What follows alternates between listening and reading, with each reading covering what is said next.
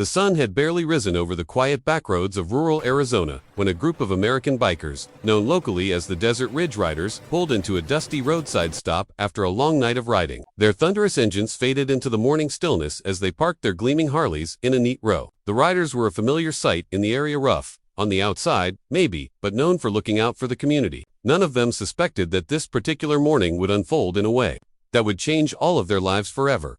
A few yards away, hiding behind an old rusted dumpster, a 17-year-old boy named Ethan watched the bikers quietly. His clothes were worn, his shoes frayed at the edges, and his eyes carried a mix of exhaustion and desperation. For weeks, he had been struggling to keep his family afloat after their world had been turned upside down by a tragic accident that left his younger sister paralyzed. With medical bills piling up and money almost gone, Ethan had found himself in situations he never imagined he'd be in, doing whatever he could to help at home. That morning, hunger and worry had pushed him into a corner. When he saw the bikes parked and the bikers walking inside the small diner for breakfast, temptation took over. He approached the line of motorcycles cautiously, glancing over his shoulder every few seconds. He had no intention of taking anything big, just a few dollars, maybe some loose cash left in an open saddlebag, something that could buy groceries for the day, something that might take pressure off his mom, who hadn't stopped crying in weeks.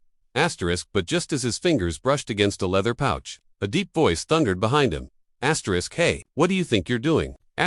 Ethan froze. His heart dropped. He turned slowly to see three massive bikers towering over him, bearded, tattooed, and not looking the slightest bit amused. One of them, a broad-shouldered man with a bandana wrapped around his head, stepped forward. Another crossed his arms. A third reached for his phone, maybe ready to call the police. I'm sorry. Ethan stammered, his voice cracking. I wasn't trying to steal anything big. I just needed. Needed what? The biker interrupted sharply. Money, for what? The boy swallowed hard. Shame burned in his cheeks. He knew how this looked. He knew what he had done. But with nowhere else to turn, the truth spilled out of him in a trembling rush about his sister's accident, the hospital bills, the sleepless nights, and the impossible weight he'd been carrying alone.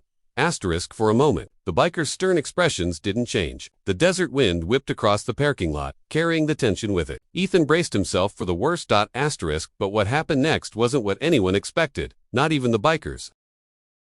The parking lot fell into a heavy silence after Ethan finished explaining his situation. The bikers, who moments earlier looked ready to hand him over to the police, now exchanged glances filled with something completely different: concern, sympathy, and a quiet understanding that only people who have lived through hardship can recognize. The leader of the group, a man everyone called Bear, stepped closer and placed a hand on Ethan's shoulder.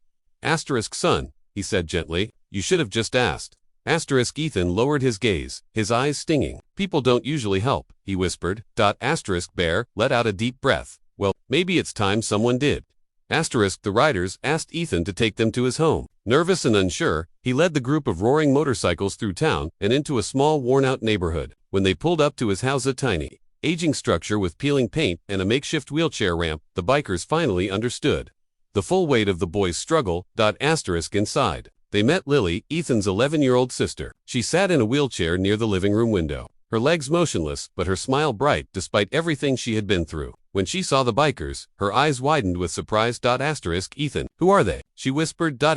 Before Ethan could answer, Bear knelt down beside her. We're friends, he said warmly, and we're here to help. Over the next few days, the Desert Ridge Riders returned with trucks filled with tools, wood, and materials. Word spread quickly around town, and soon volunteers joined in. What began as a simple visit from a group of bikers turned into a full-scale community project.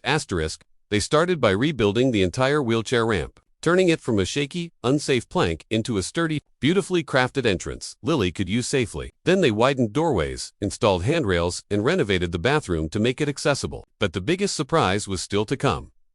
Behind the house, the riders built something extraordinary: a custom-designed mobility shed and therapy space filled with equipment donated by local businesses. There were parallel bars for exercises, a reclining therapy chair, and even access to a small, outdoor sensory garden the bikers created from scratch. Flowers, wind chimes, smooth stepping stones, they built it all with their own hands. The entire neighborhood watched in awe. Strangers who had never spoken before worked side by side. Families brought food. Kids helped paint. Everything was filmed by a bystander, and within days, the video of these American bikers transforming a struggling family's home went viral across the country. Millions watched. Thousands shared. Messages of support poured in from every state.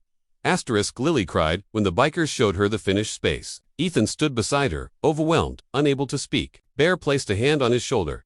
Asterisk, no one gets through life alone, he said softly. Consider this our ride with you. Asterisk, and in that moment, a boy who once believed he had no one realized he had been wrong. Sometimes, help comes from the most unexpected place, and sometimes. It arrives on two wheels with roaring engines and hearts big enough to change the world. Asterisk.